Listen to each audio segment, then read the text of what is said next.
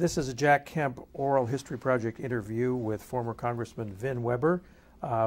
Today is December 3rd, 2012. We're at his offices at the law firm of Clark and Weinstock in Washington, D.C., and I'm Morton Kondracki. Thanks so much for doing this, Vin. Well, nice to be with you. So, when did you first meet Jack Kemp? I think that I invited Jack Kemp to an event in Minnesota in winter of 1979. There's an outside chance I met him in the campaign of 1978, but the first thing I remember is 79. In 1978, I managed Rudy Boschwitz's campaign for the United States Senate in Minnesota. 78 was a particularly great year in Minnesota because we had both Senate seats up owing to the death of Hubert Humphrey, as well as the governorship, and in what had been at that time a strongly Democratic state, we won all three, two senators and a governor. So I organized, along with a small group of other folks, a conference which led to the formation of an organization called the New Majority Leadership Project. And we put together an event at a YMCA camp outside the Twin Cities, Camp Eat-A-Hoppy, which turned out to be really kind of interesting in terms of the people that we had there.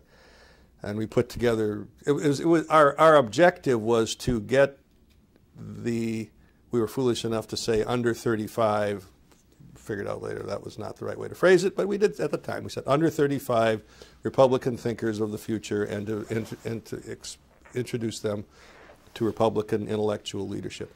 And we had really a great conference. I'll go broader than your question. We had Jude Menisci to come and talk about economic policy. We had Michael Novak to talk about social policy. We had John Lehman to come talk about national security policy. We had Dick Wirthlin to come and talk about public opinion. All these people, of course, were pretty prominent in the Reagan administration and coming up. But our headliner, our main thing, was Jack Kemp as the main speaker. I'm sorry, this is 78 now? 79. It was 79. After the election. Mm-hmm. Okay. We came together, and it could have been in December of 78. It might have been I think it was January of 79.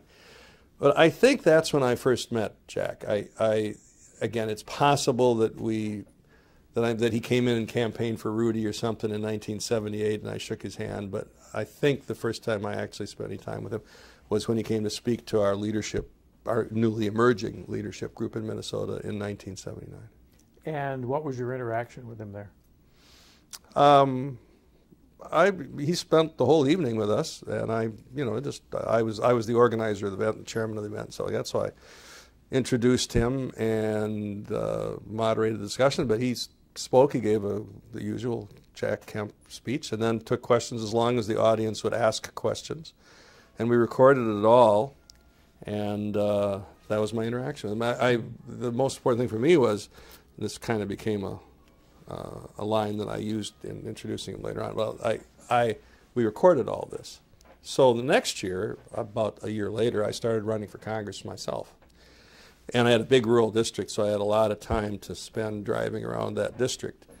And in those days, of course, we had cassette tapes. There was nothing more sophisticated than that, but I had a tape of Jack's speech. And I would play it repeatedly as I drive around the district, at Q&A and everything like that, and to sort of help me think through my talking points. And I did the same thing with some of the other speakers, but mainly with Jack. So for many years after that, when I'd introduced Jack, which I did, as you can imagine, countless times, particularly when I was the chairman of his presidential campaign, and I'd always say, in 1979, 1980, I ran around my district listening to tapes of a Jack Kemp speech, and by the end of the process, I couldn't speak for less than 45 minutes. and he always liked that joke, but it was serious only to the extent that, I think I was an example of what Jack did for a whole generation of young politicians. I really did run around the district listening to tapes of Jack's speech. It really was formative to me. And you listen to it, and then you want to go, okay, that's good. I got to go off and read The Way the World Works by Jude Menisci. Well, that's interesting. I got to go and find out who this John Baptiste Sy guy is. Okay, and Mundell. Who is this Mundell character? And, you know, if you pay a lot of attention to Jack over time, you know, he led you down so many paths intellectually that you really actually learned a lot of things. And that's what Jack did for me, certainly in those days. Right. So, so you have many, many, many memories of Jack Kemp, but what are sort of your all-time favorite?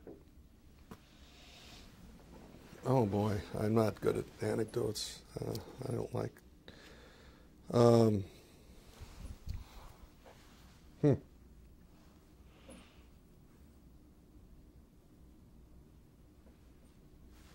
know, that's. Let's do something else. Okay, I'll right. see if okay. I think of something else. So what do you think were his major character strengths?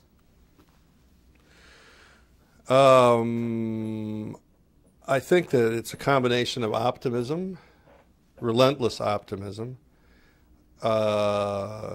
goodwill, lack of mean-spiritedness, if that's the right way to phrase it, and in a phrase that became prominent in the Bush administration, intellectual curiosity.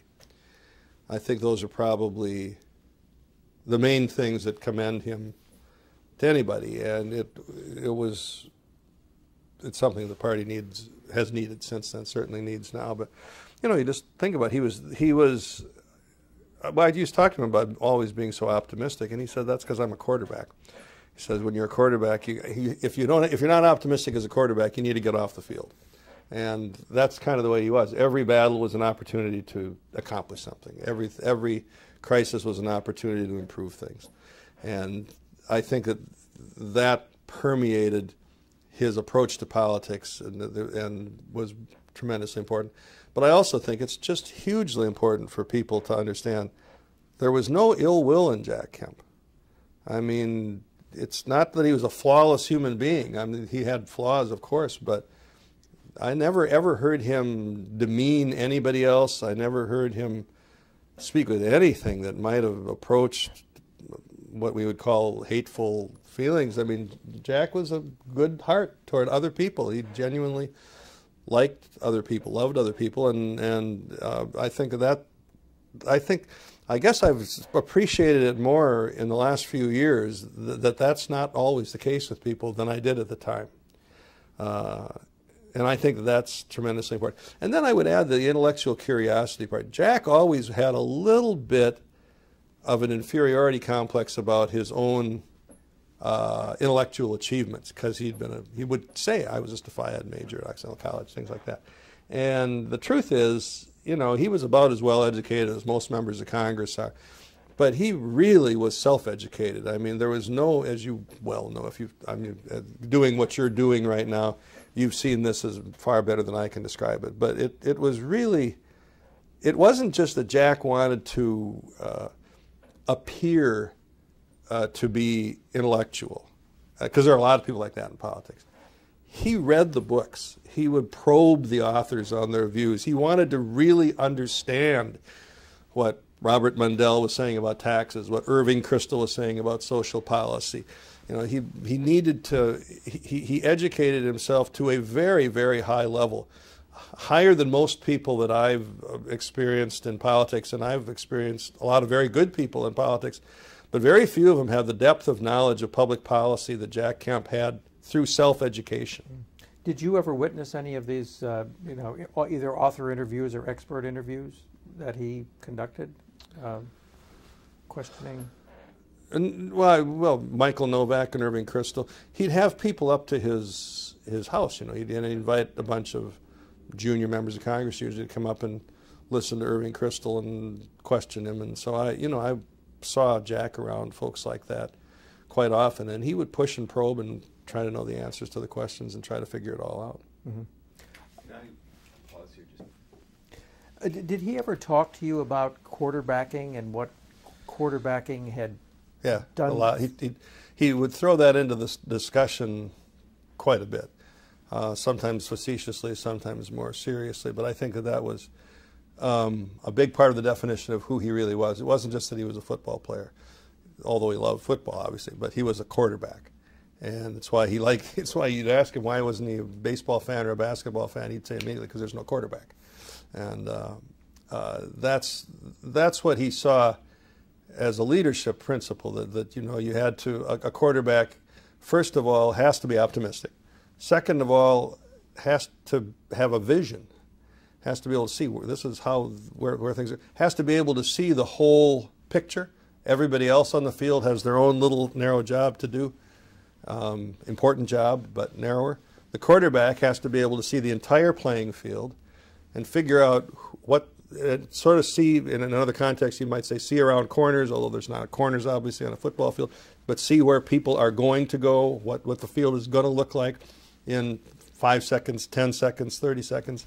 And he's got to be able to execute on an operation and repeatedly do it again and again and again. And there's no room for self-doubt. There's no room for hesitation. There's only optimism and moving forward, and the ultimate responsibility, which is leadership. You know, the rest of the team, you know, you may have tremendously valuable players, but even the tremendously valuable players, when you get into a play, the quarterback calls the play. And that was the analogy to political leadership that Jack Kemp saw. It isn't the only model of leadership, but it is a model of leadership. And I think that a lot of us didn't quite fully appreciate that about him at the time, that it was a very distinct leadership model, and it's not certainly this president's, it wasn't his predecessors, but it was Jack Kemp. So how did that translate into the way he led politically? Besides optimism, I mean, well, for in terms of the interaction with the people, the members of the team. The main thing I would say is no hesitation about taking a position and getting ready to lead with that position and expecting people to follow him. Didn't always work because everybody else in politics is to some extent an independent actor too and has their own model of leadership, which sometimes puts themselves at the center. And that's how Jack could rub people a little bit the wrong way. But in any fight that came up, in any fight that mattered, you could count on Kemp being ready to lead and expecting people to follow. And, you know, there was a band of us that almost always did follow, and there were some that just almost reflexively did not, because they weren't going to be followers of Jack Kemp. They were going to be followers of themselves or somebody else. But it was a leadership model that gave a lot of us direction. And those of us who were looking for direction, that was the thing we appreciated the most from Jack.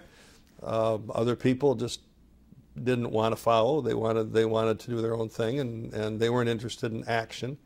And they didn't follow Jack. But that's kind of helps define, I think, how people sorted out around Jack, at least in the Republican conference and the House of Representatives, and probably more broadly in politics too. So the people who followed him, did they follow him because it was him, or did they follow him because the ideas were appealing, or both? Well, a little bit of both. I think that to a substantial extent, we might underestimate, we might in retrospect overestimate the degree to which they followed the ideas. Jack was insistent that people understand the ideas, and he did everything, more than you could have imagined, to try to instill an understanding of the ideas in the people that followed him. But most of the people in politics, particularly in elected office, are not intellectual leaders.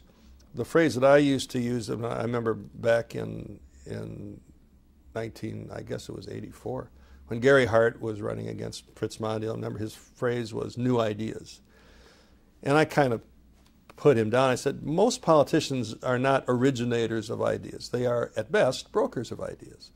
And that's not an ignoble calling, you know, but you take ideas from people who spend their whole lives developing them, and your job as a politician is to figure out how to inject them into the political process and move them forward in the political process and make the judgments about how you compromise those ideas out against other ideas that somebody else has injected into the political process. And, you know, I think that Jack really thought in those terms, but and he wanted everybody else to understand where the ideas that he was devoted to came from. But an awful lot of it, at the end of the day, even among his most devoted supporters, was from people who simply saw a leader. And they knew that he was anchored in thinking, and had some confidence that this was not going to be a crackpot idea, although there were those that thought it was. And we're ready to follow him because of him. You know, depending on the idea you want to talk about, the most prominent of those, probably the most discussed, is Jack's devotion to supply-side economics, which I believe in and attracted me to Jack, and I helped advance that as much as I could. But the notion that deficits really didn't matter, which was pretty much what Jack believed, was really not something that very many of his devoted followers believed. They believed that Jack had a firm view of where to take the economy, and that his objectives were growth, and that he had a vision of how to bring growth to the whole economy, not just small segments of it that traditionally vote Republican. But you know, most Republicans, conservative Republicans that backed Jack Kemp, thought deficits did matter, and he never quite won that argument.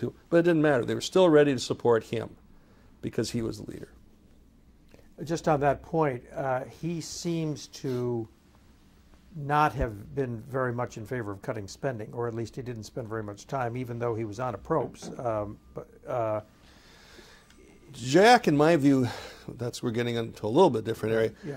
Jack, in my view, you have to understand, as I'm sure you do, Jack had a set of people that he listened to and studied who were policy intellectuals, if you will. But he also had a model in his mind of how that succeeds politically, and cutting spending just didn't fit. It wasn't so much that Jack was in favor of more spending.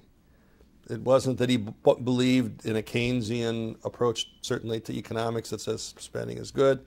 And it wasn't really that he had any model that says I want to reward constituencies by spending money on them. It was just that in his model, you weren't going to offer somebody something painful. You're going to offer them something positive.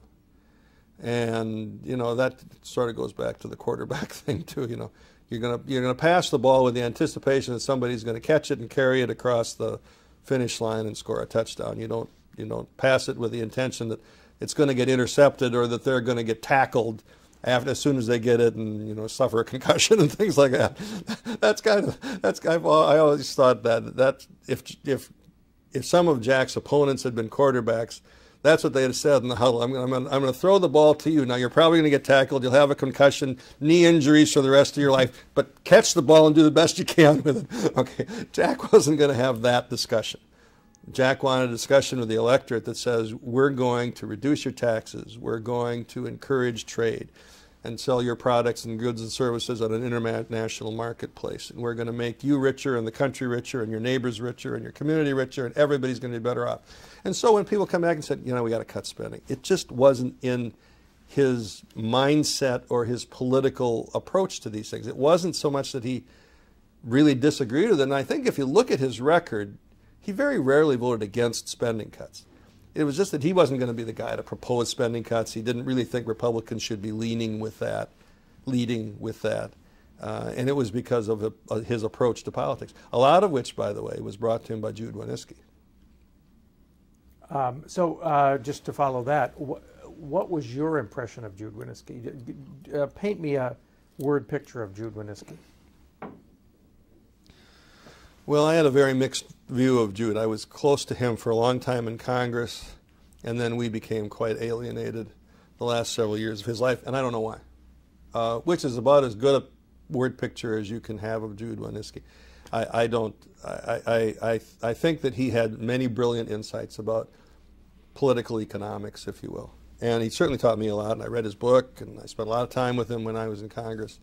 But he wanted to have a Rasputin-like relationship with Jack, and with other people in politics too. But he never came close with anybody really except Jack, at that level certainly. Did he have a Rasputin-like relationship with Jack? Yeah, not completely, but to an unfortunate extent, I think that he did. Okay, in what ways, Rasputin? Jack would listen to all the arguments and formulate a an approach, and most of us knew at the end of the day there was going to be a call to Jude, and Jude, that discussion, which no one else would be privy to, could override almost everything else that went on. Now, a lot of times we would see things that we didn't understand why Jack was doing them, and we'd say, he must have been talking to Jude. We don't know that. I mean, I suspect that. Most of his supporters think that there was at least an influence like that, but we don't know it for sure. Mm-hmm. So was there any time that you can remember that Jude led him astray? Well, I think in the approach to the debates, you remember the debate with Gore, how could we forget that, which went very, very badly. And he did not stick to what we had talked about. He did not approach it the way that we thought he would approach it. And as I remember, without remembering all the details, one of the big arguments was about, we got into military intervention and things like that, and Jack had this phrase, do not bomb before breakfast, which didn't make much sense to any of us, but he was arguing against some kind of military intervention. Maybe it was Bosnia. I don't remember exactly what the context of, but most of us did not understand where he was going on that, and we thought, I thought, many of us thought, this has to be Jude, because Jude was very much a non-interventionist, almost a pacifist in his approach to international affairs. Jack at one time flirted a little bit with Jude's notion, which was a premonition, almost presaging of Obama, that we should reach out to all the rogue leaders of the time and try to tear down the barriers between us, which Obama basically said about Hugo Chavez and North Korea and Iran and things like that. Well, that's Jude Menisci, really, and Jude pretty much tried to convince Jack of that kind of an approach, that there should be no such thing as a rogue state. Right. So how much of the House Republican Conference would you say were on the Kemp team, and how many were not? Proportionally.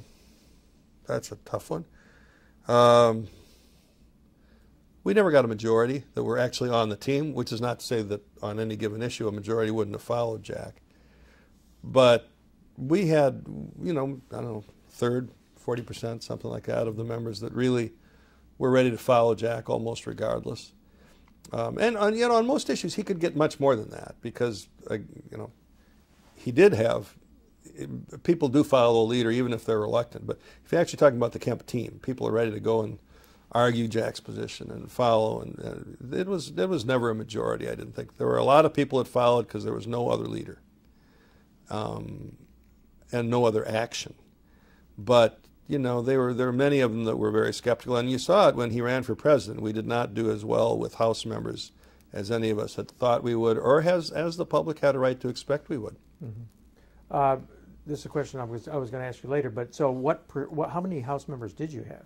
I don't remember exactly. Mm-hmm. Okay. So of those who didn't follow Kemp, why didn't they? Why didn't they respond to his leadership, and why? And who were they? I think it's a combination of things. First of all, there was a cautious minority party mindset, which, permeated other relationships. I mean, if we were talking today about Gingrich, we'd talk largely about the minority party mindset of House Republicans at a time when Newt was coming up. But it also affected Jack. I mean, there was a mindset, that, I don't want to continue the sports analogy that, we can't score. The best we can do is make a few yards. That's all we can do. And the notion that we're going to try to score a touchdown and win the game was a little too much for a lot of these people who are sort of locked into the minority party mindset of the House of Representatives, and to an extent of the Republican Party, even though we'd won the presidency quite often. I think that there was a natural caution about a too ambitious not in personal terms, but too ambitious in terms of his goals leader. And then there's also personal jealousies. I mean, Jack was the quarterback, and he was a celebrity, and he did want people to follow him. He was not self-effacing in the way that some political leaders are. And when I advise people running for leadership positions in the Congress, which I frequently do, because they'll call me up and they'll say, well, I'm thinking of running for conference chairman or secretary of conference or something. I said, well, the first thing you need to remember, whenever you talk to a member and ask for their vote, the best you can do is be their second choice, because they get up every morning and look in the mirror at their first choice. And most members who understand that when they try to lead on the Capitol, they're a little cautious about it. They understand that everybody there's got an ego, and everybody there has a right to have an ego. They've been independently elected. Our system is not a parliamentary system. You have to kind of do it on your own out there. But Jack was not sensitive to those sensibilities, if you will. Jack was the leader. He wanted to be the leader. He wanted people to follow him. And there's a lot of members up there that just, and people beyond the Congress that just were not going to follow somebody who was so unapologetically ready to lead. Right. So I asked you about what his character strengths were. What were his flaws?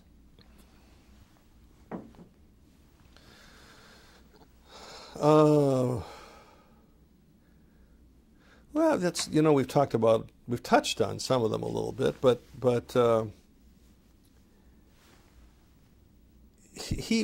I guess his flaws were an unwillingness.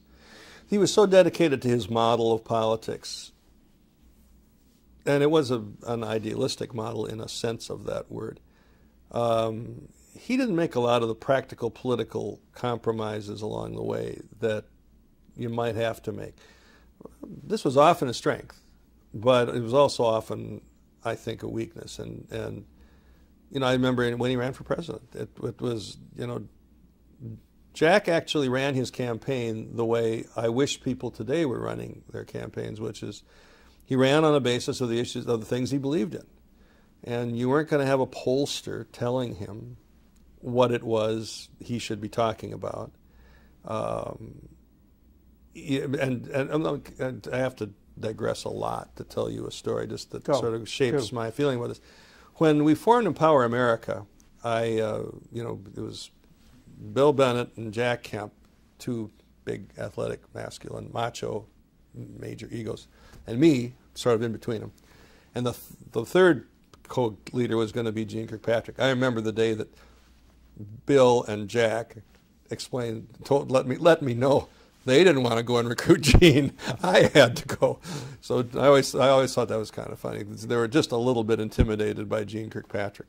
So I went to recruit Gene anyway. This is a long story, but it gets back to this point. And I grew to really love Gene. And I sit in her office, probably in Georgetown, might be at AEI, I can't remember. Anyway, and I said, this is going to be a political organization, Gene. I think of you as a scholar and a diplomat. And so I said, are you ready for the rough and tumble of politics? And she says, oh, my husband, Kirk, and I did all of the research, including polling and strategy, for Hubert Humphrey's presidential campaign in 1968, because her husband had been a professor at the University of Minnesota. I said, gee, I didn't know that. And I said, who was your pollster? And she gave me that Gene Kirkpatrick look. Well, Vin, we would never have done it the way you do it now. We determined what Hubert Humphrey wanted to say to the American people. And then we would contract with a pollster to help us formulate the best way to say it. The way you do it is now you hire a pollster and he tells you what you're going to say in your campaign. That has stuck with me since that conversation in December of 1992. And every time I'm involved in a presidential campaign, which has been to say all of them since then, that's what I've seen. Increasingly, it's consultant driven. And Jack is the last guy I was involved with that didn't do that. He was like Hubert Humphrey was in 1968. He knew what he wanted to say. And he was not a political Luddite. He was ready to hire pollsters and consultants, but their job was to figure out how he won based on that message. And that came, that was always very appealing to me. But it also caused him to not make even some minor political calculations that might have been helpful to him from time to time. He had the model in his mind. He was going to move ahead with it, and nobody was going to tell him otherwise. He also, just in terms of a weakness, I guess I would say, and this was, I think, harmful to him in his presidential campaign. He didn't want anybody to control him.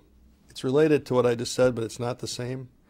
And he would play people a little bit against each other for the purpose of making sure that nobody really at the end of the day was directing Jack Kemp. And I get that. I understand that's true of a lot of people in politics. I saw that when as I mentioned to you, my first real effort in politics was managing Rudy Boschwitz's campaign. Rudy hadn't been a quarterback, but he'd built his own business very successfully from the ground up. Plywood, Minnesota, 60-some warehouses in half a dozen states. And he got into politics, and I was only, I guess, 26 years old when I managed his campaign. So this was all kind of new to me, and I'm trying to figure out why it was that he was so difficult for me to manage, even though he became and has always been and remains today one of my very closest friends and one of the really underappreciated people in American politics, certainly in Minnesota politics. Anyway, but I realize it. At the end of the day, just giving up, when you've controlled things your whole lives, whether you're a businessman or in Jack's case a professional athlete, it's very difficult to give over control, and people deal with that in different ways. And in Jack's case, he would play people against each other for the purpose of making sure he didn't lose control. Who did he play against? Me, Who? Charlie Black, Ed Rollins. I remember when he brought his brother, the late Tom Kemp, in, moved from California to Washington, and Tom Kemp was really one of the finest guys I've ever known. And I wasn't quite sure why he was coming in. Over time, I realized what the reason was. He needed one more person in there so he could play off a little bit, all of which was aimed at making sure that Jack Kemp, at the end of the day, was not subject to anybody else's direction. And, you know, that degree of independence is somewhat admirable, but it's also a flaw, particularly in politics. And I don't know. Is that because he didn't trust other people, or I don't know that. I can only theorize about that. It's totally just my armchair theory. Jack came up in professional sports at a time when the top athletes in the country did not make a lot of money. And he was one of the top athletes. He was one of the top quarterbacks in the AFL. And he didn't get rich on that because people exploited athletes. And that's changed now. Athletes make huge amounts of money. But I always kind of thought, I talked to him about, he was the head of the Players Union, remember, which was advantageous to him in a lot of ways in politics, but it also said something about Jack, that he identified more with labor than with management in a lot of ways. And I always kind of got this feeling that Jack had come up being, in his own mind, even though he admired all these people and became friends with the owners, he was a little bit exploited. He never made it as financially the way athletes of a later generation did. And it just always occurred to me, he wasn't going to let anybody control him again. That was that experience when he was younger, even though it got him a lot in the long run. At the time, you know, it did not enrich him, and it did enrich a lot of other people, the owners of the teams and things like that.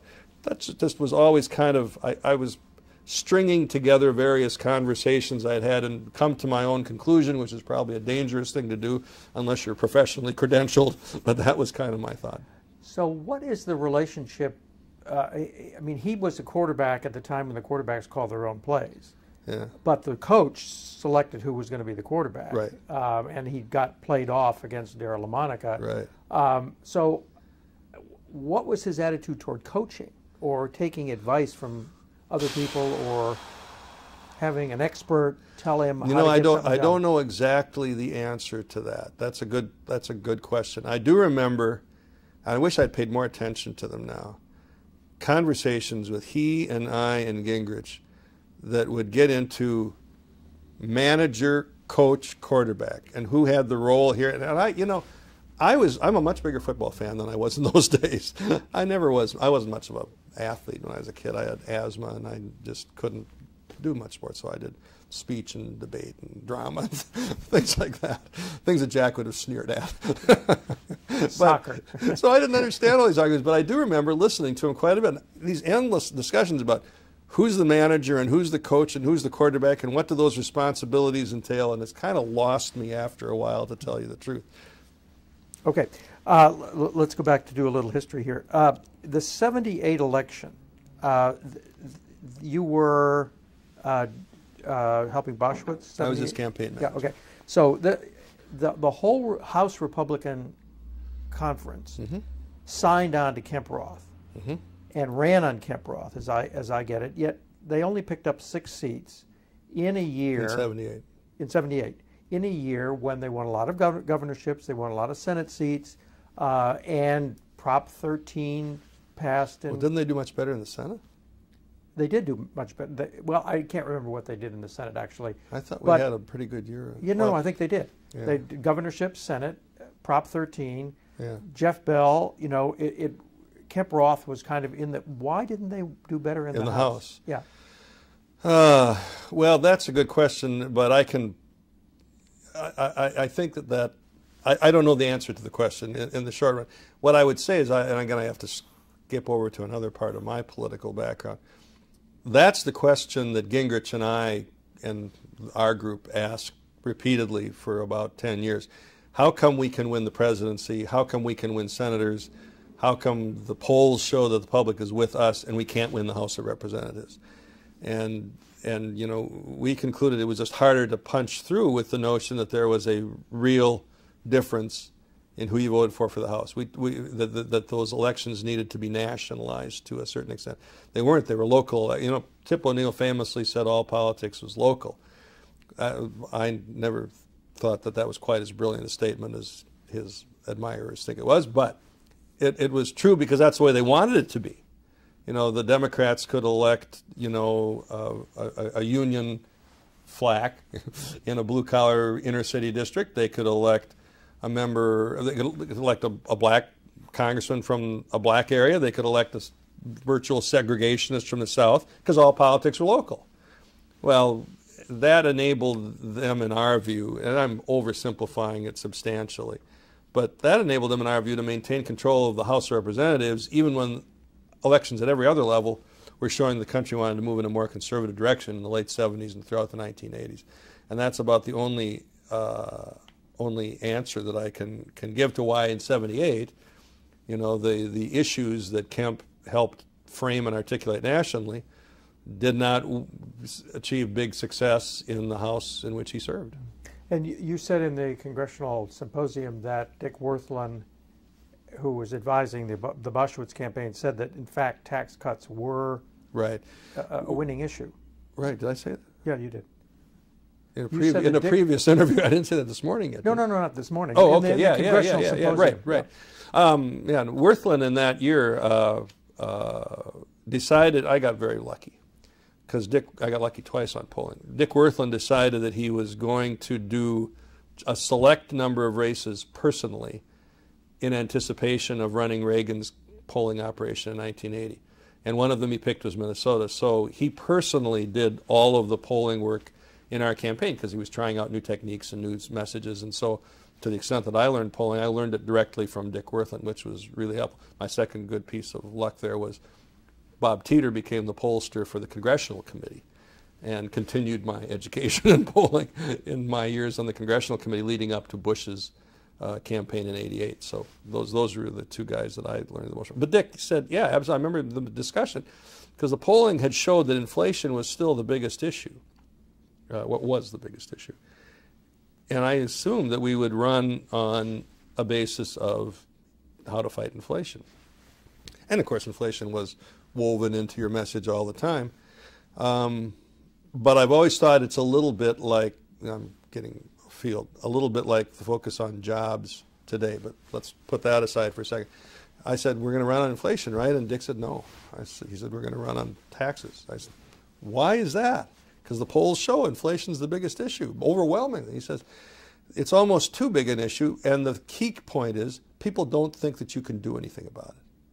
So you can talk to them about inflation all you want, and they'll appreciate that you think it's a big problem, but at the end of the day, if they don't think that you can do anything about it, they're not going to vote for you based on it. He said that's the problem with inflation as an issue. No one thinks that politicians can do anything about it.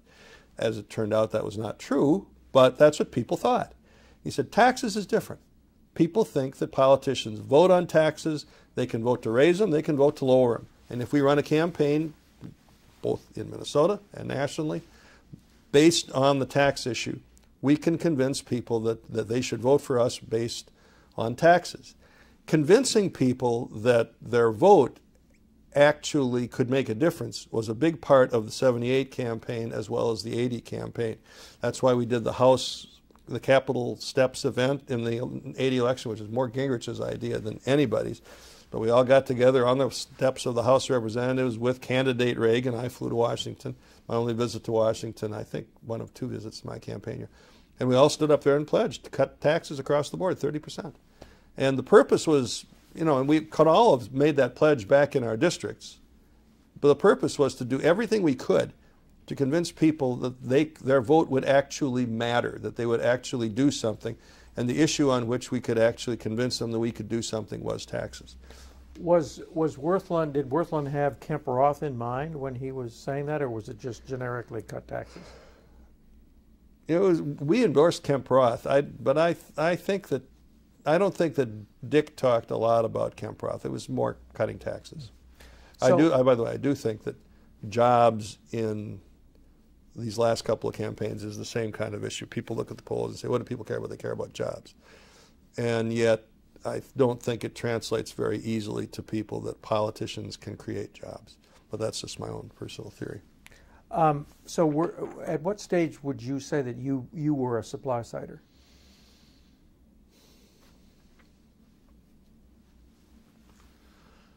Well, it was before the 1978 campaign, because I remember in '78, Rudy Boschwitz was talking about, we wanted to do some things. Rudy was a businessman, but we wanted to do some things to sort of claim the intellectual high ground in the campaign. And we talked about bringing in some economists to talk about the economy, and he wanted to bring in Alan Greenspan, which we did. And I said you should bring in Art Laffer. So you're asking me a question I'm not quite sure I can answer, but in 1978, I was aware of Art Laffer and had read his stuff, and that's probably the closest I can get to telling you when I became a supply-sider. How did you come to be acquainted with Art Laffer? I don't know. It's getting a long time ago more. Okay. And we did bring Art in. We brought him in and did an event in Minneapolis. And he became a good friend of mine, too. In the '78 campaign, there was a fly-around that Bill Brock arranged with Bill Simon and people like that. Did they come to Minnesota? In '78? '78. I think I remember Bill Simon coming to Minnesota. I can't remember for sure. Okay. So did Kemp help with your '80 campaign? Yeah. He came to... Wait, I don't think I did. I don't think that I brought him in. No. Why not? Who did you bring in? The only person right in Henry Hyde. I represented St. Cloud area of Minnesota, which at the time they called the Papal States. Big Catholic area right in the center of Minnesota. And the abortion issue was a big issue at that time. And I brought in Henry Hyde and Jerry Ford. Who's available to raise. I wasn't big on, Henry I brought in for a specific reason to highlight a specific issue. Other than that, it was just who can you bring in to help you raise money, at least in my mind. Right. Did you go to the '80 Republican convention? No. Okay. So you arrive as a freshman. You'd been on Capitol Hill, obviously. You knew your way around. A little bit. I was only there for a year. Okay. So how did your relationship with Kemp develop when you got to Congress? Well, he remembered me from this Camp Eat-A-Hoppy event, and he was, I remember at one of the very first events for House freshmen, he identified me, and he called me out of the audience, asked me to come up, and he was at the dais, and I came up and talked to him, and he was... This is what kind of an event? Just some event honoring the newly elected freshman members, and Jack was the speaker, and he just saw me in the audience at one of the tables, and said, "Hey, Vin, come on up." So we talked, and he sort of re-recruited me at that point, which was not necessary. I was already on board, but that's the first that I could remember as a newly elected member. Recruited you in what sense? Into the Kemp World. Mm-hmm. So the Kemp World included who? Or who were the main figures in the Kemp World? That's a good question. Bob Caston in the Senate. Jack Hyler among the newly elected members from South Bend, Indiana. Newt was in Kemp World for sure. David Stockman, who went off to the OMB to undermine everything we believed in. Dan Coates, among the newly elected members. Bob McEwen.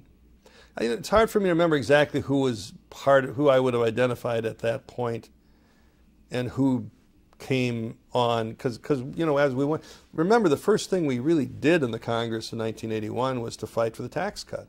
Well, that was a great organizing moment, and people kind of picked their sides. And it's easier to say after that was all over to go through the list and say, "Oh yeah, those are Kemp guys." It's a little hard for me to say exactly. Well, let's talk about but he was running for leadership, remember? Right. And he had serious opposition for Republican conference chairman. One of the most serious that I remember was John Russalow. And Russalow was very well liked and had a lot of people supporting him, like David Dreyer, for instance, who in every other regard would have been a Jack Kemp guy. But Russalow was a solid conservative. He had California backing, and at the time we had a substantial delegation, of course, from California. We really don't anymore. But Jack had to fight and win the conference chairmanship. So it was. So what was that contest like? It was fairly hard fought. I seem to remember there was another candidate in that race, but I can't remember who it was. I just remember Russalow because I liked Russalow, and I was not torn in terms of who I was going to vote for, but I thought it was too bad that we weren't going to be able to elect him to something as well. But it was Russalow was one-on-one, and colleagues working for him, very conventional in a sense, whereas Jack was the leader. You're going to get behind the quarterback, or are you going to sign up with this guy who's sat down and I probably had more conversations with John Russalow about his candidacy than I did with Jack about his candidacy. It didn't matter because I was going to be for Kemp, but they approached things differently, and Jack won, but it was not overwhelming, I don't think. So who were the Bulls in favor of? I wish I could remember who the other candidates were. The Bulls, I think, were not for Jack, but I'm not sure about it. John also had some resistance because he had a far-right background. At one time in his history, he'd been a member, allegedly, of the John Birch Society. Oh, but he got along very well. At a personal level, Russalow was such a nice guy that he kind of disarmed people who might have thought that his background was a little too far to the right. So I just don't know who the Bulls largely were for. Okay, so in terms of passing the Reagan economic program, how much credit did Kemp get among his colleagues as the original author of the Reagan? Well, I think among the newer members he got most of the credit. Among the more senior members, somewhat less. Remember the bill that came to the floor was Conable-Hance, not Kemp Roth. Right. And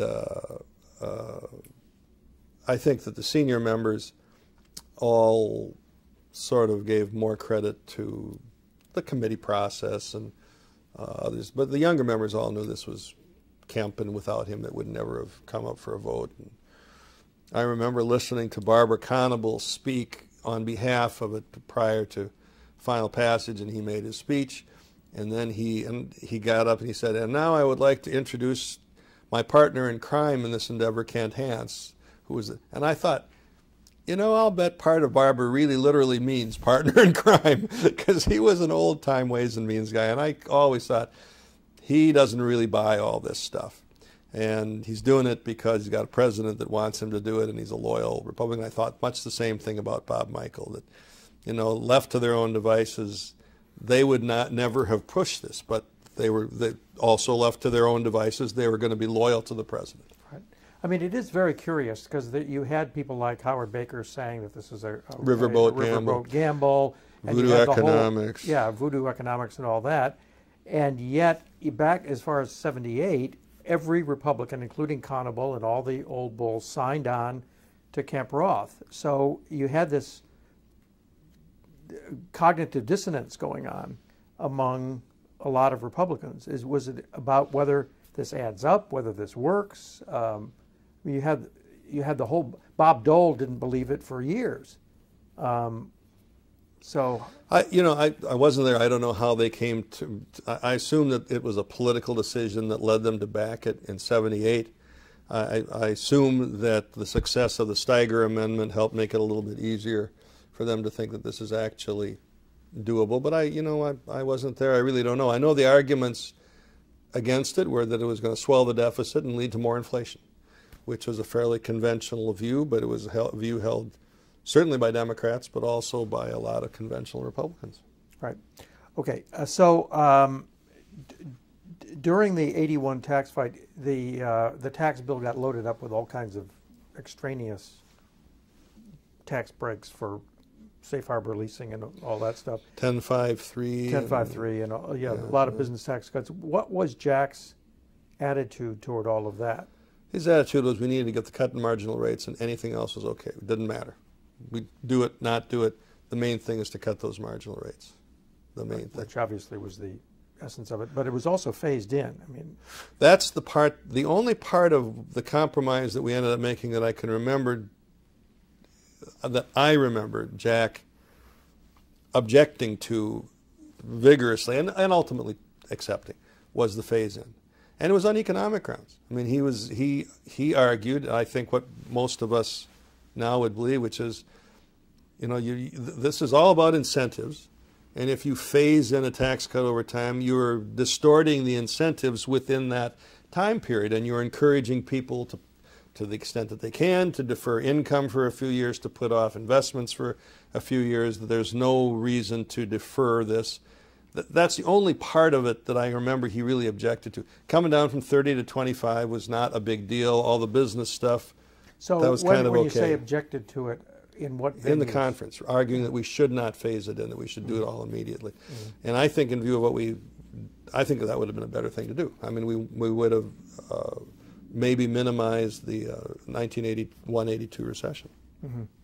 Now, speaking of that, in 82, 83, 84, when Reagan starts raising taxes, not tax rates, but raising taxes of various kinds, Kemp was against them, against all of those tax increases. Was that because he thought that those tax cuts were necessary to keep growth going during and avoid the recession, or because he was in favor of all those tax breaks? No, I think it was more of a political decision. I think it was, remember at that time, as apropos of what we've been talking about here, Republicans as the tax cutting party was a new thing. Prior to '78, Republicans weren't tax cutters. They were deficit hawks. And winning that argument about green eyeshade economics versus growth economics was a huge success for Jack and for the rest of us. And I think you go into I oppose those tax increases too, and I don't remember really looking at any of them terribly closely in terms of the substance of the tax increase. I remember just agreeing, thinking, we've won the argument as a party that we're the party of tax cutting and economic growth, and we shouldn't start undoing that. That was a lot of the reason that Gingrich and I and the rest of us opposed Bush's tax increase in 1990. 1990? Andrews Air Force Base.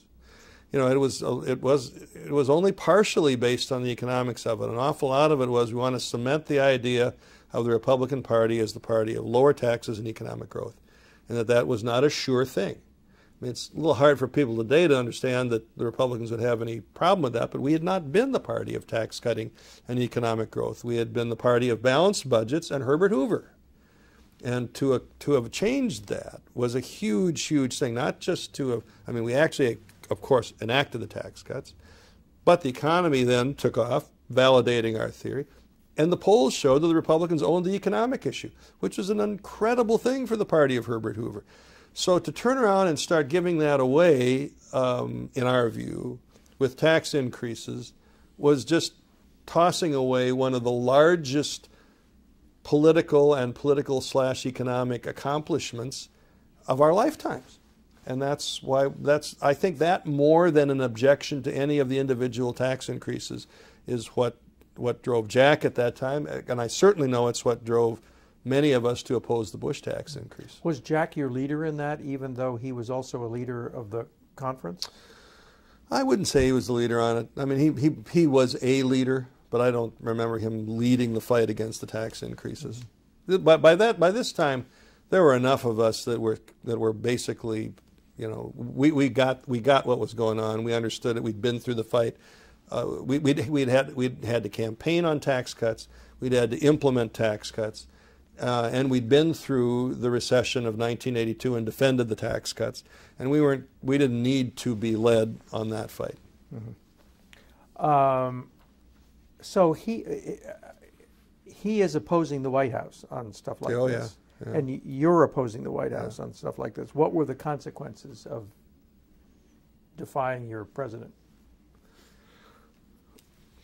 Not a lot. I mean, I suppose for some of us the consequences internally were a little greater because Bob Michel and the leadership, by and large, looked upon those of us that didn't back the tax increases as people you couldn't count on. It cost, I know I didn't get put on the Appropriations Committee as quickly as I wanted to. And I think others probably paid that price, but I didn't see a lot of consequences, no.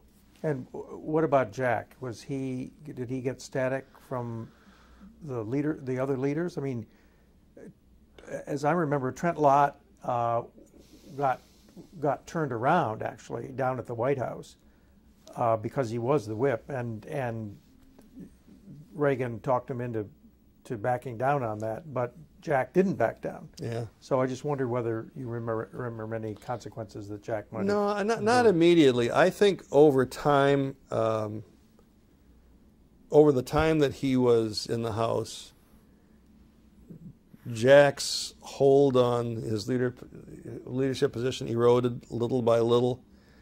And that was probably one of the examples of that. More senior members, more conventional members thought, you know, you ought to fall in line, and, you know, Reagan's our leader, not Jack Kemp.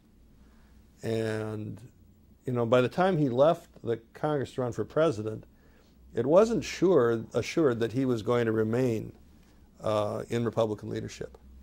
And I think that the challenger to him would almost surely have been Dick Cheney. And I think that was a good deal of it. Was people after the victory of the 1978 and 80 elections, people elected Jack Kemp. You know, we'd surged into power on the tax cutting message, and they rewarded Jack with the conference chairmanship. But little by little over time, you know, this notion that he's the leader and we're the follower, and he's not quite the team player that a conventional leadership model would indicate he should be, I think it took its toll on him. Mm-hmm. And, you know, by the time he ran for president, it was kind of up or out for Jack. Mm-hmm. I mean, he did get out. Yeah, I mean, he didn't. I don't think he had a choice. I see. I think if he had stayed in, he would have been contested as a leader in the House. I see. Okay. The Conservative Opportunity Society gets formed how and when? Gingrich came up to me on the floor of the House in the special session after the 1982 elections and said to me, "What are you doing for the next 10 years?" And I laughed and I said, "I don't know." And we sat down and started to talk about, and quickly pulled in Bob Walker. And we talked about putting together a movement to make the Republicans a majority in the House of Representatives.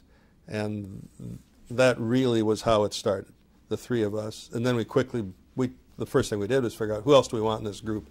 And I can't remember all the original members, but, you know, we had Dan Lundgren, I know, and we recruited Dan Coates and Judd Gregg, both of whom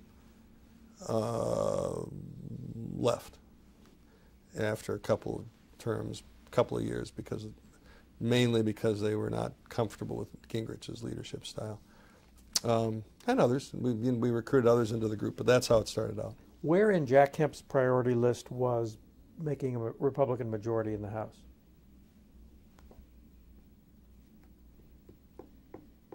That's a very good question. I don't think it was terribly high. I think, I mean, he was focused on getting policies implemented that he wanted the models to succeed. I don't think it, I mean, he wanted us to be in the majority, but I don't think that was a huge priority for him.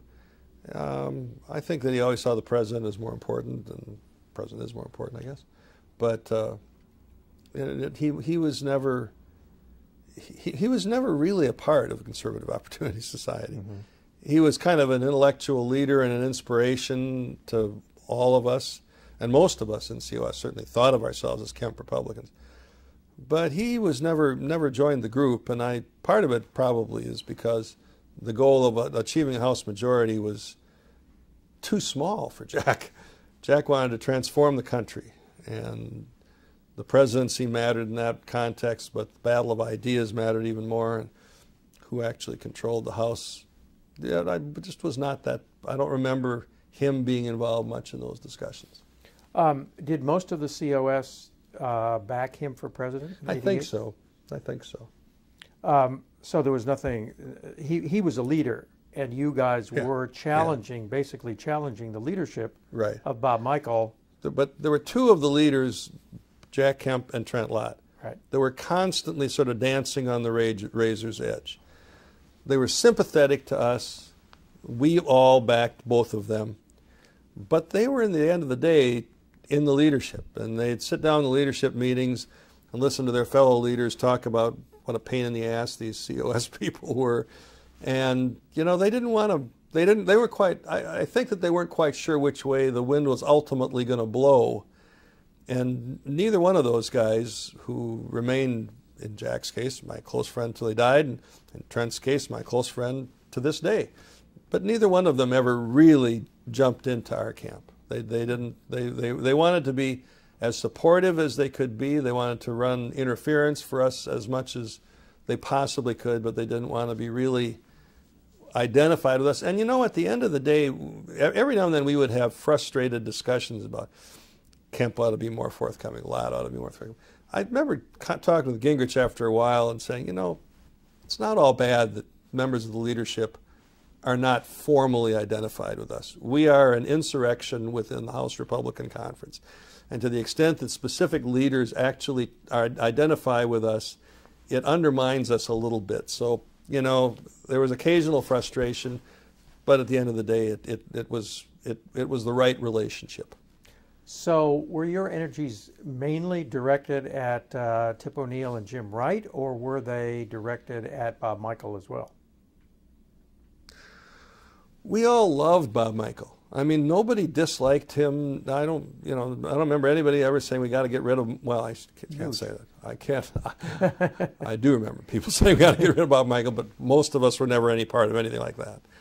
Well, isn't that what Newt had in mind from the beginning? I don't think he had that in mind. He did get rid of John Rhodes. I mean, at least in his telling of it.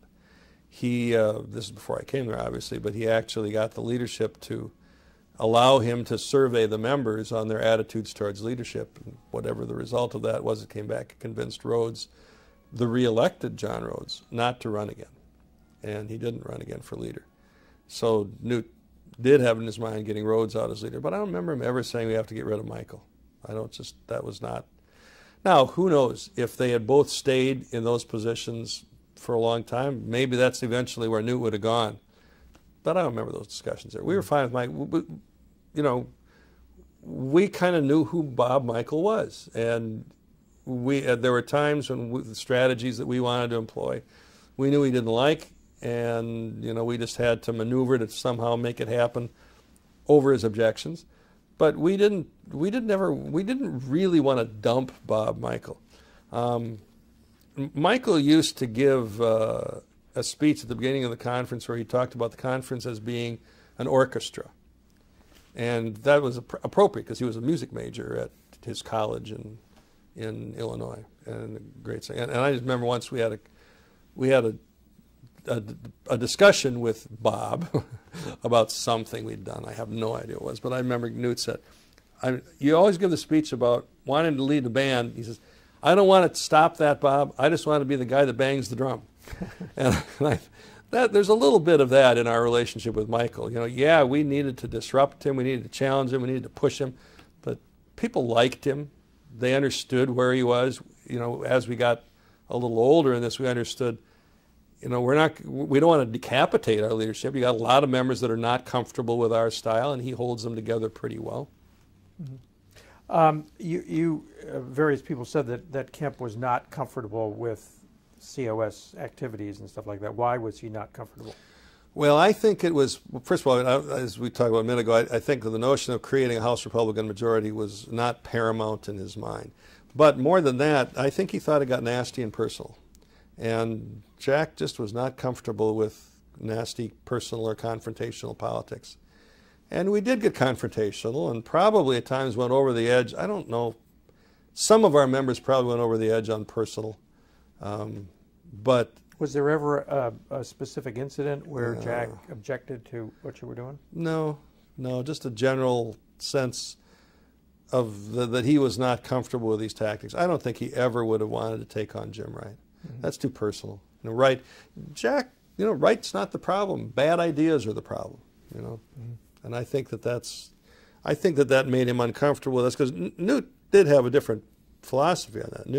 Newt believed you had to personalize some of these fights and that you had to show the country the face of what they didn't believe in.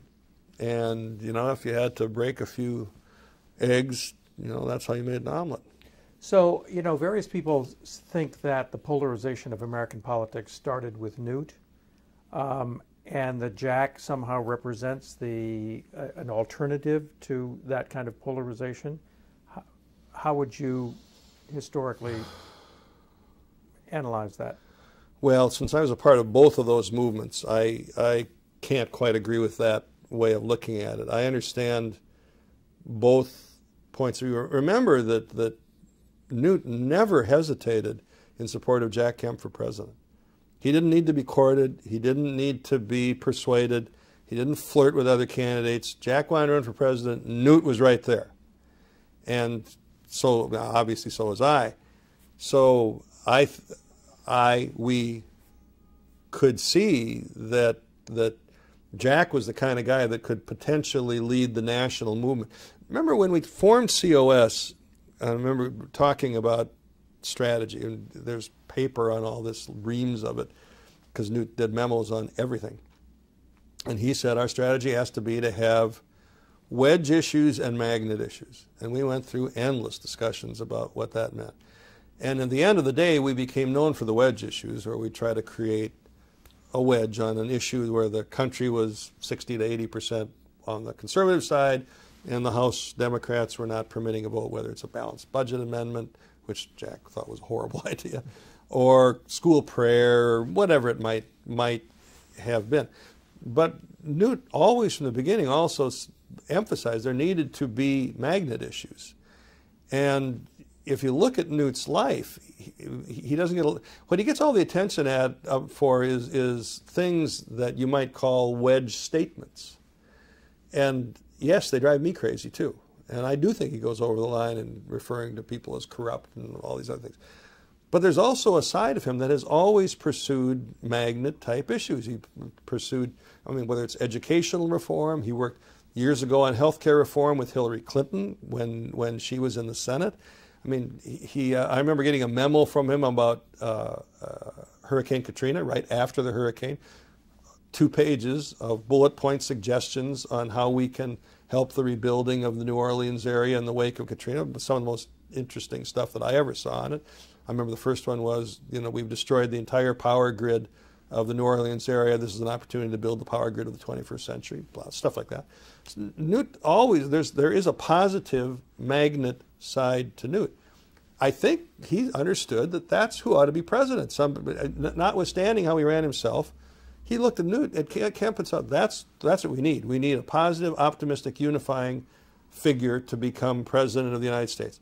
In the House of Representatives, we got to drive a wedge because these people are going to be there forever. They withstood the Reagan landslide. They'll withstand anything else we throw at them unless we blow up a stick of dynamite in the House of Representatives. You know, and I look back and I say, you know, given the polarization of today, I have only slightly mixed feelings about what we did. I think we went too far on specific individual occasions maybe, but by and large, Newt was right. So what was the Kemp-Newt relationship like over time? Were they were obviously allies way back then, and what was their continuing relationship like? At what time are you talking about? Well, all the way through. I mean, was there ever a time when they had a rift? Oh, not a permanent rift. I mean, they would argue about different things of the type we're talking about. And Jack would really argue we're getting too much into the personal weeds and got a big focus on the big picture issues. And that would lead occasionally to arguments, but usually it was arguments about tactics, which Jack didn't like. Jack was not a tactical person. In fact, a lot of it, that's a lot of my perception of the differences, the arguments between Newt and Jack were simply that Jack was not comfortable with tactical arguments. And Newt was in a tactical mode a lot of the time in trying to figure out strategies that would dislodge the Democratic majority in the House. Right. Okay. So tell me about the '88 campaign. When did it get organized? How did you become chairman, and so on? I just signed up immediately. It was one of those things where there wasn't an official recruitment meeting. We just talked about it. I assumed that I was going to be for him, and he asked me if I would take on the role of chairman. I didn't particularly know what that meant at that time, but I said sure. There's never any doubt in my mind.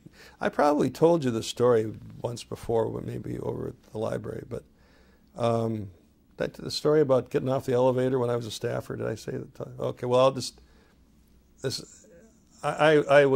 I came to Washington for the first time as a staffer in 1975. I'd worked for Tom Hagedorn on his campaign in 1974. It was my first job out of college.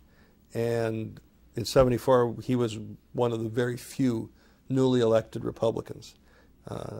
So we got there, and the conservatives were sort of all huddling together as a threatened tribe, but in a positive way too. It's when you really got the Heritage Foundation formed, and Paul Weyrich formed his whole group of the conservative movement was getting its act together in the wake of horrible defeat.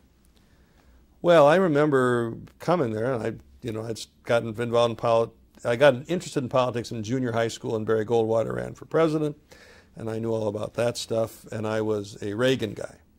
And this is probably when I got interested in Kemp. I remember standing in the Cannon building with 2 or 3 congressional staffers, including a guy who worked for Steve Sims at the time, who was in his second term, I think. Anyway, this young guy had been around longer than me, which might have been 1 year. But we were all sitting around huddling, and the elevator over in that corner opens up. And out comes this gaggle of people, and I didn't know who any of them were, but there was all a buzz and all talking around some central figure. And I said to this guy who'd been there longer, I said, "Who's that?" Said, "You don't know who that is?" I said, "No, that's the next Reagan." "Who's that?" "It's Jack Kemp. He's the next Reagan." I remember that from 1975. We're 5 years before Reagan gets elected, and we're already talking about who the next Reagan is going to be. So that's kind of the people in the crowd were a bunch of kids. Young conservative staffers who are all Reaganites, but that's the next Reagan. After Reagan, that's our leader. Right. Can we take a break for a second? Need to. So when you started in on the 1988 campaign, what was your notion about Jack's chances? Well, I was, unrealistically optimistic. I understood that an incumbent vice president would be difficult, but I really believed that the movement that had carried Reagan to the White House was still in full force, and that Jack was the logical recipient of that movement's support. And I didn't have anything particular against the vice president. In fact, I liked Vice President Bush, but I really thought that he was not going to be able to capture the imagination of conservatives, and that Jack was the logical heir to Ronald Reagan, and that he was going to win. So I was, as I said, I was unrealistically optimistic. So how did the campaign proceed from your vantage point? I mean, what did you do, and what did you see? Well, there was a little cadre of people kind of at the top that made decisions, and I mean, my job was not a full-time job, which meant that I could be in and out as I wanted to be, but it also meant that they could pull me in and out as they wanted me to. You know, Charlie Black was full-time, and Ed Rollins was full-time, and Charlie was more full-time. And, you know, I don't think that they ever resolved kind of the mix of personalities, actually who was going to run the campaign, who was going to make the decisions. So that sounds like it was a badly organized campaign. Yeah, I think it probably was. I mean, at the organizational level, it didn't quite come together. There are a lot of things that did right, but I don't think it came together. And it's also hard to overstate the degree to which Pat Robertson caused Jack a problem.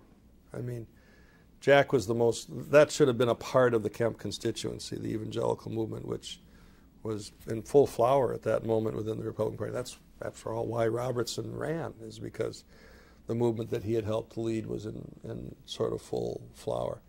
But it caused Jack a lot of problems, and Robertson didn't like him and let it be known. And it caught you all by surprise? Yeah. The strength of it caught me by surprise. Well, kind of unprecedented. A preacher with no previous political experience running for president of the United States. Your first reaction, if you're at all a conventional politician, is, well, that's not a serious candidacy. It didn't take us long to find out that it was a serious candidacy, but yeah, the first reaction was, that's not really going to go anyplace. Did you have any kind of counter strategy? I mean, you had the LaHaye's, right, as backing Kemp, but did you have any other? No, we had a certain number. Jack was never too comfortable courting the evangelical community, and we spent a lot of time having to talk to him about how to do that. I mean, his positions on the issues were all fine, and I think that they were all sincere. I don't think Jack, you know, compromised himself to appeal to evangelical Christians on abortion or anything like that. I think those were his sincere beliefs, but I think that he was it was uncomfortable for him for a long time appealing to people who were primarily motivated by religious conviction. That just didn't quite sit with him, and he was never he could do it, but he was never completely comfortable with it. And partially it's because the issues that motivate that constituency, for better or worse, are very divisive issues. And as we've talked about, that's not Jack Kemp's political mindset. I mean, his mindset is you go in with a unifying theme that everybody ought to rally around. Now, everybody won't rally around it, but in his mind, they really ought to. And so, you know, I always thought he saw the appeal to evangelicals as something that was difficult because it forced discussion of issues that divided people. Remember also the Jewish community was a very strong component. The Republican Jewish community, which is not a large number but influential, were very strongly Kemp supporters. I mean, Jack had been a champion of Israel. He was the champion of that community. The real motivated pro-Israel Republicans were Kemp people, suspicious of Bush, suspicious of Dole, but very much Kemp people. And he knew the abortion and school prayer and things like that just caused a lot of difficulty. And it wasn't going to change his position on those issues, but it made it a little harder for him to actually formulate a strategy that would go after the evangelical voters. And so was there, I take it there was only a positive strategy against Robertson, that is to appeal to those people. There was no negative strategy against never a negative strategy. Negative strategies were not part of Jack Kemp's mindset. Right. So as chairman, were you the chairman in the sense that you presided at meetings, or did you raise money, or what was presided at meetings, would go over and spend time, and a lot of it was Jack, you know, would talk to me about things that he thought we should be doing and not doing, and I'd try to work those out through the people in the campaign. I'd spend a lot of time, you know, trying to court members of Congress. I didn't raise much money. I did some, but not much. I'm not a great fundraiser. But I spent a lot of time talking to members of Congress, liaisoning with leadership so that they were comfortable with it, and knowing and trying to recruit as best we could members to be supportive of Jack. But running against an incumbent vice president just very tough. difficult. Yeah, An incumbent, and in the House, an incumbent vice president who had served there, albeit quite a while ago, but he had served there, and he'd been a party chairman. And a lot of people had loyalties to George Bush. George Bush was an excellent personal politician. I mean, he knew how to maintain individual relationships with people, and he did it really, really well. Right.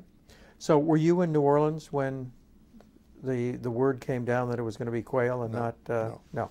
Okay. So how is that? Why I mean, everybody else who was close into the '88 campaign seems to have been there. Why I didn't travel a lot. Uh-huh. I'm just kind of resistant to that. Mm-hmm. Okay. So so then he becomes HUD secretary. Were you surprised when he decided to become HUD secretary, or were you involved in the decision? Yeah, a little bit. I remember talking to him about it. And I guess not totally surprised. I didn't think it was a huge job, but after all, George Romney had taken it. And it was, Jack did give him a chance to talk about the constituencies he cared about. Unfortunately, it wasn't necessarily a set of constituencies that the president cared about. So there's a limited amount that he could do there. But, it gave him a chance to talk about issues that mattered to him and to speak to constituencies that nobody else in the party was speaking to. It wasn't a bad thing for him to do. This was the era of the Amigos, right? Yeah. Okay, so who are the Amigos? Where did you meet? How often did you meet? Me and Connie Mack, we met at me and Connie Mack and Jack. I guess it was at Walker and Newt, right? 5 of us, and we met in some Mexican restaurant over in the Senate side. I don't remember the name of it anymore, but I think we met. And there. how often did you meet? Irregularly, about monthly. Mm-hmm. And what happened? What transpired? Boy, we talk about the issues of the day, and Jack got a chance to reconnect with his friends on the Hill, which is what he was really interested in. It was not a huge decision-making group, but it was a friendly group. So did he talk about his frustrations? Sure. That there was not a serious attempt at putting together an urban agenda, and of course always not enough resources to do things that he wanted to do, not a aggressive enough commitment on the part of the president, but not frustration in the sense that I'm going to resign if he thought the party should be something more than it was. And that meant the administration should be something more than it was when it came to, as you know, appeal to inner city audiences and minorities and unions and all the folks that Jack thought the Republicans should be appealing to, and that his department was kind of well positioned to forge an appeal to. And he just didn't think that we were getting much of that out of the folks in the White House. The biggest argument I can remember, though, was his argument with Jim Baker about whether or not he should see Ariel Sharon. Ariel Sharon, yeah. And did he describe that in detail? He said that he was instructed by the Secretary of State not to meet with him, and he just went ahead and did it. And he thought he was on good ground because they were in equivalent positions, although we all know that they really weren't. But at least on paper, they were 2 housing ministers. And he agonized over it because although he liked to be the maverick and didn't mind being an independent voice, actually kind of defying the leader was not where he wanted to be. And so to actually do the meeting was a very big deal for Jack. It was kind of a step beyond where he would go. He was okay publicly challenging them in ways that other cabinet secretaries wouldn't have. But to actually have a meeting that the Secretary of State had basically told him not to have was a big move for Jack, and we kind of all encouraged it. So tell me about the whole build-up to this thing. Ariel Sharon is coming to town. Coming to town, he requests a meeting with his counterpart. So to begin with, it was all very straightforward. You know, the housing minister of Israel is coming to Washington and wants to have a meeting with the housing minister of the United States, Secretary of Housing and Development.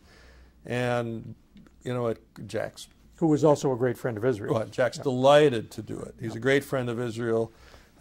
He's probably the closest to an ally that Sharon would have thought he had in this country at that time. But, you know, he wasn't in government. He wasn't prime minister yet. So he was both nettlesome to his own government and a real problem for this government because his views were quite different than George Bush and Jim Baker and people that are running the relationship. So, in a way, the... So when did you guys get involved in hearing about this and advising him? And I'm just trying to get the tick-tock of this. You know, I don't remember exactly. I remember talking to him about it, and we all thought it was a good idea for him to do it. And I just do remember thinking at the time, it's an example of how administrations can create problems for themselves. If they'd said nothing about this, and the answer simply was, well, it's traditional for equivalent ministers to meet with each other, and just let it go at that, it would not have been a big deal. It really wouldn't have. And instead, everybody knew it was a big deal, and Secretary of State didn't want to meet with Sharon, and blah, blah, blah, and Kemp defies the Secretary of State. All of a sudden, it became a really big deal. And Jack Kemp did not suffer from this. The administration might have just a little bit. Sharon was certainly advantaged. But I thought, you know, sometimes it's better just to let something happen as opposed to turning it into a bigger defeat than you need to suffer. Did Kemp tell you anything about various other cabinet meetings where? You know, yeah, but I don't remember much about those discussions. Okay. What about what did he say about Dick Darman? Well, he kept saying he didn't dislike Dick. Of course, he didn't dislike much of anybody. But he really thought Darman was the problem on formulating a response to the economic downturn of, 1990, 91, in the wake of the first Gulf War, when oil prices spiked and we had an 11-month recession following that. Anyway, he thought that Dick was the big problem in formulating a response to that. Kept saying we needed to get inside the black box, which meant he wanted Darman to explain how he scored certain activities, the dynamic scoring issue. I mean, he was convinced that if we could see more clearly what Darman was doing, that we could contest him and argue that, you know, a cutting of the capital gains tax, something like that, would not have the deficit enhancing effect that Darman thought it would have. And he didn't dislike Dick. And that's important to say. He never vilified him, never called him an evil genius or anything like that. But he wanted to get inside. He thought Darman was the problem. And we needed to get inside the black box and find out how he's making his judgments. And if we did, we was confident we could win the argument that we could have a growth-oriented agenda. I'm not sure that... Darman sought me out a little bit at that time, too. And I remember going up and having lunch with him, just the two of us. And it was clear the only reason was he was trying to figure out how to get along with House Republicans and how to combat this growing image that he was getting as the negative guy, the problem. And of course, you remember in the 1992 campaign, 1996, everybody promised never to have Darman in their administration. And I think that's what Dick wanted to avoid. I'm not saying he was desperate to get back into government, because he probably wasn't, but I mean, he could see himself becoming radioactive, and he didn't want that to happen. And but I don't think that's the main reason we didn't get a, quote, growth-oriented package approved. I remember sitting down with Nick Brady and making the argument for a supply-side tax cut centered around capital gains. And Brady said to me, he said, I'll never forget, he said Ronald Reagan could argue for that, because he was a poor kid from Dixon, Illinois. George Bush is the son of a United States Senator from Connecticut. He can never argue for a reduction in the capital gains tax. And I think that political calculation, much more than Dick Darman's black box, was the reason that we did not get any kind of a growth agenda out of the Bush administration running into the 1992 campaign. So when George Bush violated his no new taxes pledge, what was Jack's reaction? Well, he's quiet. I mean, he didn't go big public. I mean, that would have been a level of disloyalty that would have been hard for. I mean, there were some voices on the outside that said that he ought to quit and he ought to run for, run against Bush and stuff like that. Yeah, I don't think there was everything like that. But internally, he was distraught about this, of giving up. And what Bush did that we didn't like, and I remember having this discussion too, as you remember, the Democrats insisted not just that he acquiesced to a tax increase, but that he very publicly announced that we had to have a tax increase. And that was part of the problem we faced. It was, it was not just a tax increase, but it was it was as if the president was repudiating what Republicans had believed for these last 12 years or 11 years. And that's what really caused Jack and the rest of us enormous anxiety, was that the president. I remember talking to Brady again, and Brady said, how come President Reagan could raise taxes 6 times in the course of his term? And I said to him, because he never admitted it. A little bit flippant, but not far off. I mean, Reagan never allowed himself to be identified with the tax increase. Yes, it happened more than once. TEFRA, DEFRA, Social Security tax increase. But, Reagan managed to handle it in such a way that he maintained his posture as the anti-tax guy and the anti-tax party, even while we were raising taxes to accommodate the deficit reduction crowd. And what Bush had not been able to do, maybe because the Democrats were just too skillful, was manage that act. We probably could have had yet another round of deficit reduction, including revenues, if Bush had not agreed that he was going to very publicly argue that we needed to have a tax increase, which amounted to a repudiation of what Kemp and the rest of us had believed and what we thought was Reaganomics. Okay, Empower America. How was it organized? Well, it was Jack's idea. I wasn't sure what I was going to do, but probably not something like that. And I think he correctly said, we're going to go into a period of opposition, and we need to have a center of intellectual opposition to Clinton. I think we were all, and particularly Jack, really sensitive to the fact that Clinton had come up and made himself, and even though we don't necessarily think of it this way, by his leadership of the Democratic Leadership Council, he was an intellectual leader in his party as well, or at least he had a whole intellectual contingent around him of thinkers that wanted to find a centrist approach for the Democrats' sake. And I think, and Jack talked about the fact that we could lose intellectual leadership on the right if we didn't have a place for conservatives to look for sound thinking and intellectually rooted thinking on national security, economics, and social issues. And those are the 3 legs of the Reaganite stool that we all focused on. And he and I talked about it, and he immediately thought Bill Bennett was the right guy, but he wanted to be sure about that. He and Bennett became great friends, but there was a rivalry between those two at first, although it didn't last too long. And what was the rivalry about? I think more than anything, I think 2 things. First of all, I think they are 2 strong personalities. But more than anything, it's sort of almost the Pat Robertson thing with Jack. Is Bill Bennett going to insist on talking about all sorts of divisive social issues that I, Jack Kemp, don't really care about? On the other hand, if you don't have a social issue component to Empower America, the whole Pat Robertson world is going to assume you're opposed to them.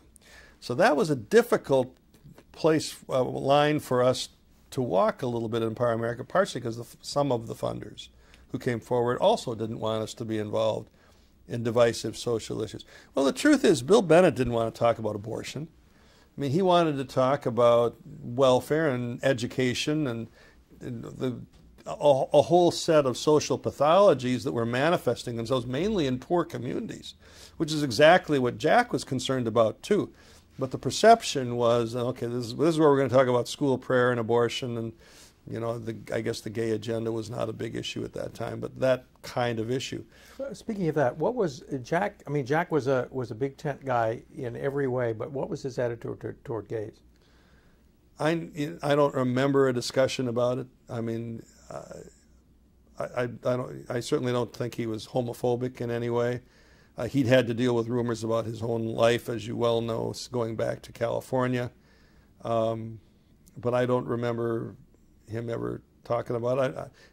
I don't remember him ever discussing the issue. I also don't remember him ever saying anything about anybody that that might have been gay or how about rumored. AIDS? I just don't remember a discussion about that. All right. So, who were your big funders? Well, Ted Forsman was the guy, and Ted Forsman attracted. Ted was fine. Teddy attracted Julian Robertson, who was one of his best friends, and Herb Siegel. Herb was. Do you know these guys? Okay. I know Ted Forsman. Well, you know Ted. Julian was Tiger Management Corporation, a big. He's from North Carolina. It was a big buyout. He's a billionaire now. I don't know if he was at the time. Might have been, but he's a very big finance guy. I don't know exactly what Tiger does, but Julian's probably retired. I don't think he's dead, but I think he's long retired. And then Herb Siegel's corporation was Chris Craft. Now, Chris Craft was no longer the boat manufacturer by this time. They'd maintained that name, but they were a broadcast property, and he'd made a huge amount of money on partial sale of Warner Brothers and things like that. And they owned, when they formed the United Paramount Network, he was the United part of the United Paramount Network. He was a big media guy, and they'd owned TV stations around the country. One of his sons ran the TV station in San Francisco, the UPN stations, and so he was a big media guy. I was actually quite close to Herb Siegel, and his son Bill is I think still engaged to Monica Crowley, a great friend. Bill's a great friend of mine. I know Monica a little bit too, but I know Bill much better. So those are the guys that put in the most money, and then there was a whole group underneath it, but they were mainly venture capitalists. Oh, and Floyd Kwame came on and became the chairman of Empower America a little bit later. He was not one of the original funders, but he quickly became one of the major funders. He was the partner of John Doerr at Kleiner Perkins. And so, it became a lot of venture capitalists, a lot of high-tech guys, but it started out when I was only there for the first, couple of years. It was Ted Forsman, Julian Robertson, Herb Siegel that provided most of the startup money. And then a group of other people. Fred Malik was involved, and Gil and Judy Shelton were involved, and a lot of folks like that. So how much money did you have? Boy, I don't know. I think that Ted and Julian and Herb each put in about $1 million the first year, which was at that time a very substantial amount of money. Today we see a lot of people writing seven-figure checks. You didn't see many back then. Mm-hmm. So the people who were in residence were Jack and Bill Bennett plus aides of theirs. Jean Kirkpatrick wasn't really there, was No, she? Jean did not want to be there. That was she was, as I said, I did the recruitment of Jean, and she was ready to affiliate, but she did not want another office. She already had, I think she had offices in both Georgetown and at the American Enterprise Institute. The other thing about Jean at that time, which caused me to really admire her and become quite close to her husband was very ill. And I'm not sure exactly what it was. I think he'd had a series of strokes. And she was very devoted to him. And, I talked to her about what she could do for us and things. And I always anticipated that the problem with Jean Kirkpatrick was going to be that she really was an academic and she really was a diplomat and she really wasn't a politician. I never got any arguments about any of that with her. But what I got was, I can't leave the house that day. I've got to take care of Kirk. I've got to be there in the morning to get him dressed and fed. It'll take me this much time to line up help to take care of Kirk when I'm gone. She was just very, very devoted to him. And that's part of why she didn't want another office to manage. She didn't want a salary or anything like that. She just wanted to affiliate as she could. Mm-hmm. And so what actually did Empower America do? Well, we tried to organize people at the grassroots around this set of ideas: economic policy, social policy, and a strong foreign policy.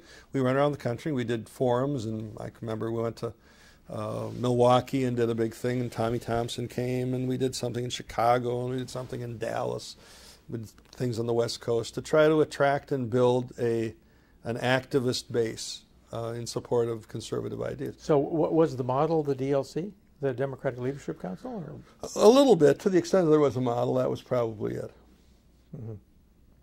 So did you have, but you only had 3 senior fellows, as opposed to DLC had a whole network. Well, we didn't attempt to build a think tank, which would have been a problem because Heritage existed. And one of my first jobs also was to sit down with Ed Fulner and make sure Ed was our ally and did not see this as competitive. And he became our great ally and a huge friend of Jack's, as you know, and a friend of mine too. But, you know, he also had an institution he had built from the ground up.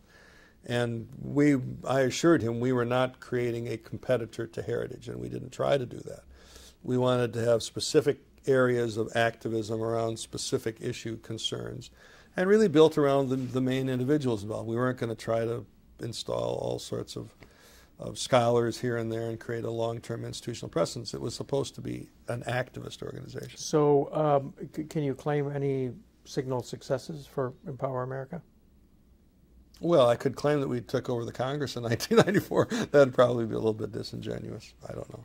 Did Jack campaign a lot for members of Congress? Yeah, in 1994? For 94? Yes. Yeah. He did very extensive campaigning. And so... he was high maintenance. Really? In what way? The arrangements to get Jack into a congressional district, he demanded a lot in terms of, you know, preferred to travel on a private jet. We managed to get that from the Congressional Campaign Committee for him. Was very specific about the kind of accommodations he wanted. He did not want to go Holiday Inn. But he was a huge draw on the road. Mm-hmm. So he raised a lot of money? And raised a lot of money for a lot of candidates. Mm-hmm. And was there any thought that he was going to run for president in '96? It was sort of in the air. It was in the air, and we had some young people that came attaching themselves to Empower America, including most notably Paul Ryan and Mark Thiessen, who I think both were there because they assumed they were in the forerunner of the Kemp for President campaign. Mark Thiessen was much more explicit about this than was Paul Ryan. Paul, I think, certainly thought Kemp was going to run for president, he was going to be for him. But Mark was very explicit about it. I talked to him. He was, every time we'd talk, he's a great friend of mine, he and his wife both. But we'd sit down, we'd have a beer, and we'd talk about the Kemp for President campaign. I remember saying to him once, Mark, what are you going to do if Jack doesn't run for president in 1996? And he just stopped and he said, I can't imagine such a thing, literally. So what was Mark Thiessen in the? He was just a research writer for Jack. Because Paul Ryan was assigned more to Jack. I mean, yeah, Mark was more broadly. I hired Mark, I think, more than Jack. I mean, Mark did not come attached.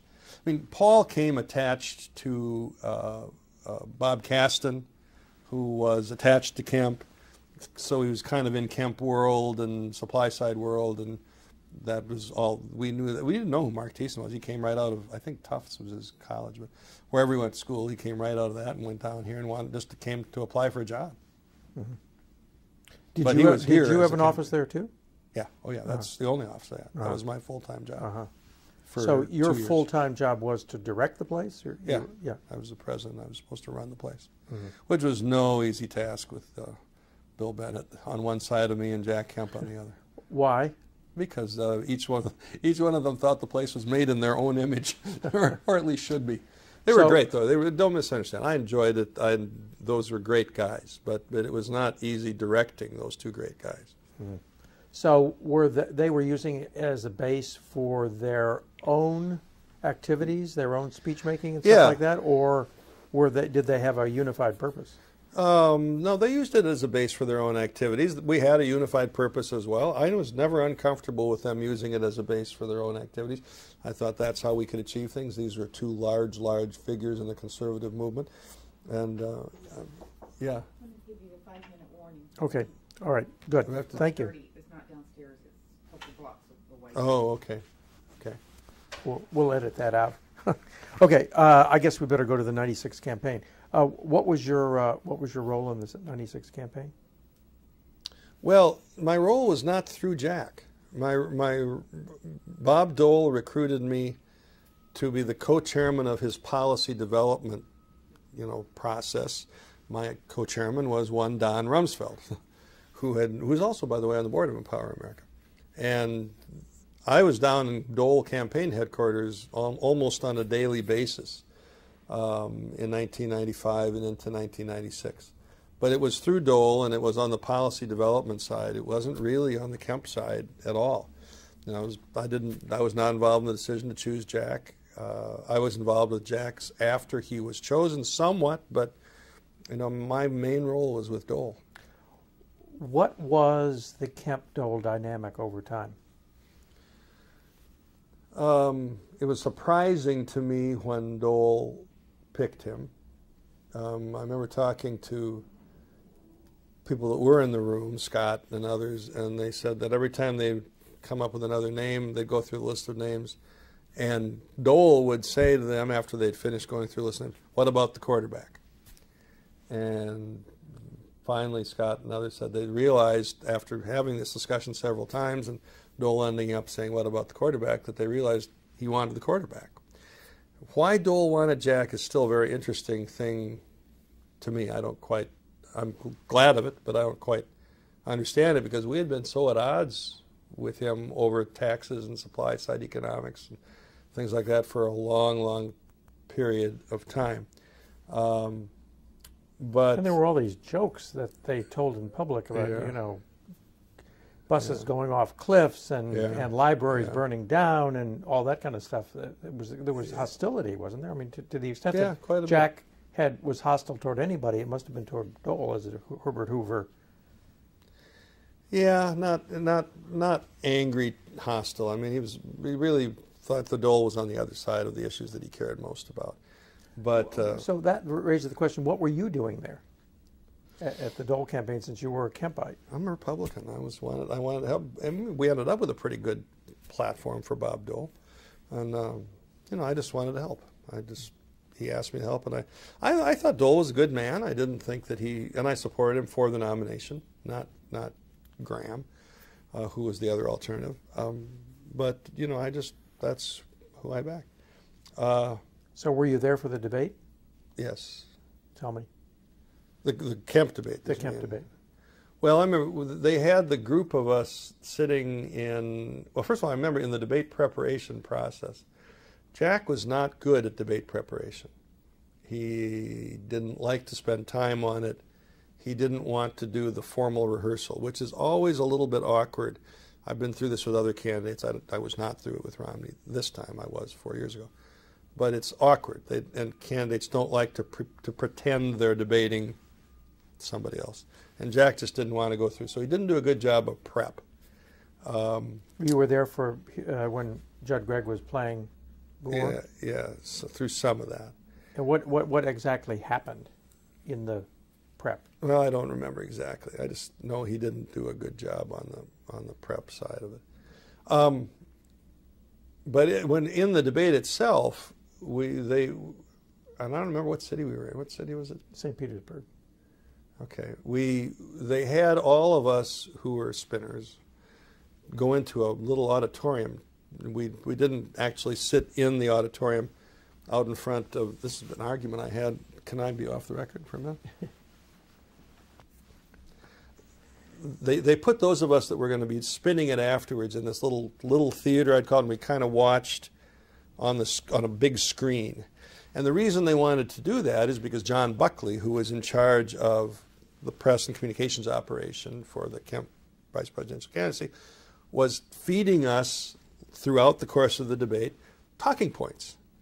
And I remember throughout the course of the discussion, you know, we went into it with high hopes, and it kept getting lower and lower and lower, until at one point in the debate, I remember someone sitting a few rows in front of me, who I thought I remembered to be Connie Mack, turned around and looked at me and said, "Is it just me, or is this going really badly?" And of course, we all knew it was just going really badly. And John had kept giving us talking points on this is what this debate means. One by one, we would lose all these arguments until the very end. We're getting ready to go out, and John said, "Nice guy versus an automaton." That was what we said, because we really had lost the argument. And that's what we all went out onto the floor to try to, but we knew that we had lost the debate, and it was particularly bad because people had built Jack up as the likely winner of the debate, which should go, it serves as a lesson. The best speaker to a large audience is not always the best debater. So he lost it in what sense? Why do you think he lost it? He appeared to be, you know, I don't remember all this at the time. I remember he appeared to be struggling on a whole bunch of fronts, and he didn't appear to be addressing the issues exactly as they should have been. But Gore just appeared to be more in mastery of the situation than Jack did, I think. I'm going to have to go. Okay.